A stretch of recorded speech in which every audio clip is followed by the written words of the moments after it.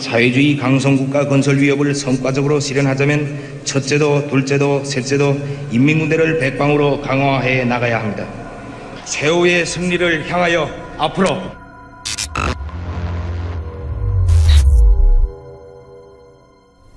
Just in the past half hour or so, we have seen new pictures released by one of the leading propaganda newspapers of North Korea purporting to show the launch of this missile.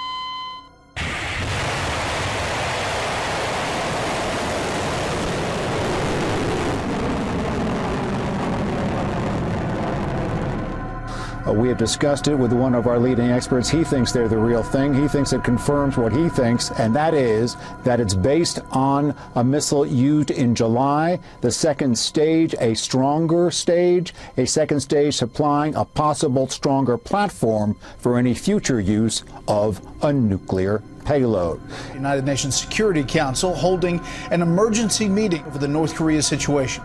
We have never sought war with North Korea, and still today, we do not seek it.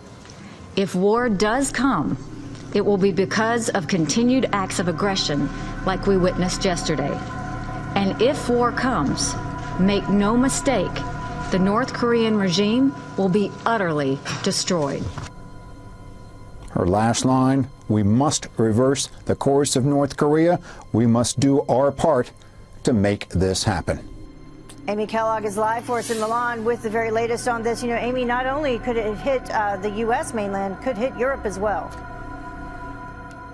Absolutely. Everyone is quite concerned about this, Heather, and the U.S. is eager to have more sanctions slapped on North Korea, but it is really not clear how much more could be done to significant effect, short of China cutting off fuel supplies to North Korea, and that is something China indicated it is not eager to do. It would be an extremely dramatic step, and you could even argue that it would hurt the North Korean people. Now, when President Trump was in Asia last month, meeting with the Chinese president, the Chinese told him that the sanctions so far passed against North Korea were starting to take an effect, but it really does take time, they said. However, of course, it's debatable how much time there is to get this issue resolved. Meanwhile, more images have come out of the Hwasong-15 rocket that was launched yesterday, the most powerful ICBM tested by the regime to date. Close-ups show its impressive scale. North Korea experts say that Pyongyang is now in the elite club of countries with such potent missiles. Kim Jong-un in these photos looks jubilant. You see him having a celebratory cigarette. President Trump yesterday turned Kim Jong-un into a punchline. Because these massive tax cuts will be rocket fuel. Little rocket man, rocket fuel for the American economy. He is a sick puppy. Meantime, China, in an editorial yesterday, suggested that the recent U.S. designation of North Korea as a state sponsor of terror may have been a provocation that led to the launch this week, as things had been quiet previously since September.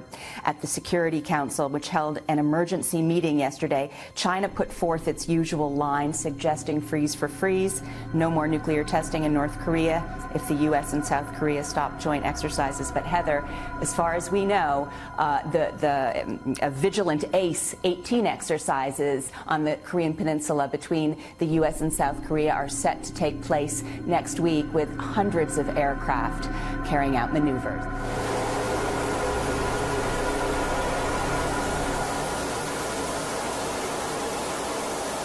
Right. Of course, everyone still hopes that diplomacy and sanctions will work, but a lot of options on the table. Thank you so much. If war comes, make no mistake, the North Korean regime will be utterly destroyed. Are we potentially heading down that path?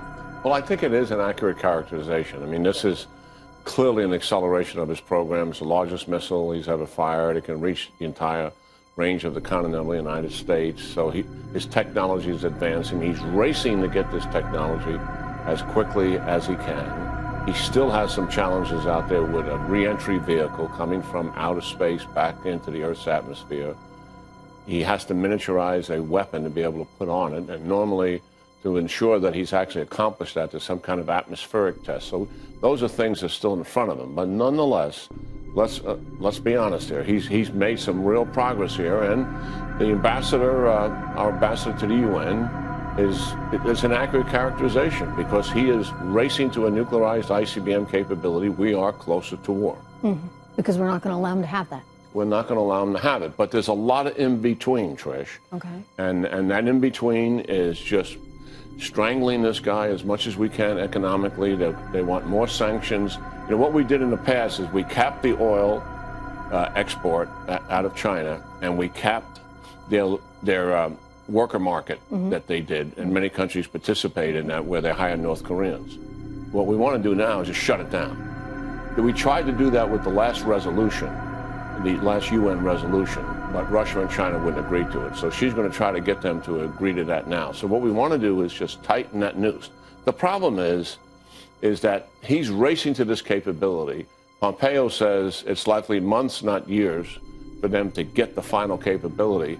But sanctions, economic sanctions, take time. You don't get the result overnight, and that's one of the challenges. Well, that if we only have months and not years, then are sanctions really going to do what you need them to do? Well, if they take that much time. I'm not convinced China is all in yet, although I think the conversation President Xi has with President Trump is probably very positive in that sense. They both agree in principle, denuclearize North Korea, and that's something that China had never agreed to in the past. So the issue is how? What's the method? Are you moving fast enough? Do they have the capability, the Chinese, to actually really push the issue? I think they have significant leverage to do this. And I also believe, I mean, realistically, I mean, let's just say it straight out. They can change this leader out if they want to. And the Chinese can. Yeah, put another leader in there that clearly is aligned with them. He's a staunch communist, but he's not creating this kind of nightmare scenario. The Chinese do not want war on the Korean Peninsula. Their ambitions are enormous with this new president and his power. He wants to dominate not just the Pacific region, but he wants to replace the United States. This is a big deal what you're saying there. You're saying that the Chinese can change out Kim Jong-un. And, you know, I've said all along, why don't we do that? Can't we do that? Shouldn't we do that? Maybe we don't have the ability, but they do. I doubt we have it. And I'm not suggesting this would be easy. But clearly they have thought about it in their own meetings that they've had in terms of what options do we have here? Can we get to this guy and put somebody else in play there?